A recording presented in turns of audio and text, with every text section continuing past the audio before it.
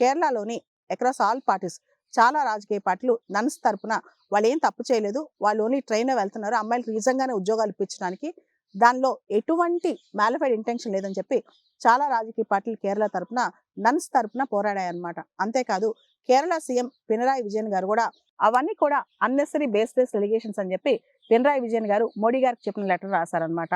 So వాళ్ళని arrest చేసి జైల్లో పెట్టిన దాదాపు 8 రోజుల తర్వాత ఛత్తీస్గఢ్లోని దుర్గ్ సెంట్రల్ జైలు నుంచి నన్స్ ని విడుదల చేశారనమాట.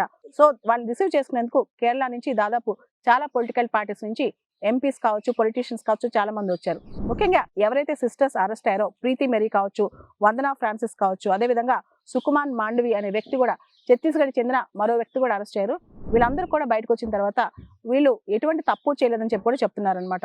ఓవరాల్ గా ఎవరైతే ట్రైబల్ ఉమెన్ వాళ్ళు ఉద్యోగాల కోసం వెళ్తున్నారో వాళ్ళు కూడా మేము ఎటువంటి తప్పు చేయలేదు, అన్నెసరిగా మమ్మల్ని హరాస్ చేశారని వాళ్ళు కూడా తిరిగి కేసు పెట్టినట్లు కథనాలు చెప్తున్నాయి. మొత్తానికి కేరళ క్యాథలిక్ నన్స్ కి బెయిల్ వచ్చింది, వాళ్ళు జైల్లోంచి విడుదలయ్యారు.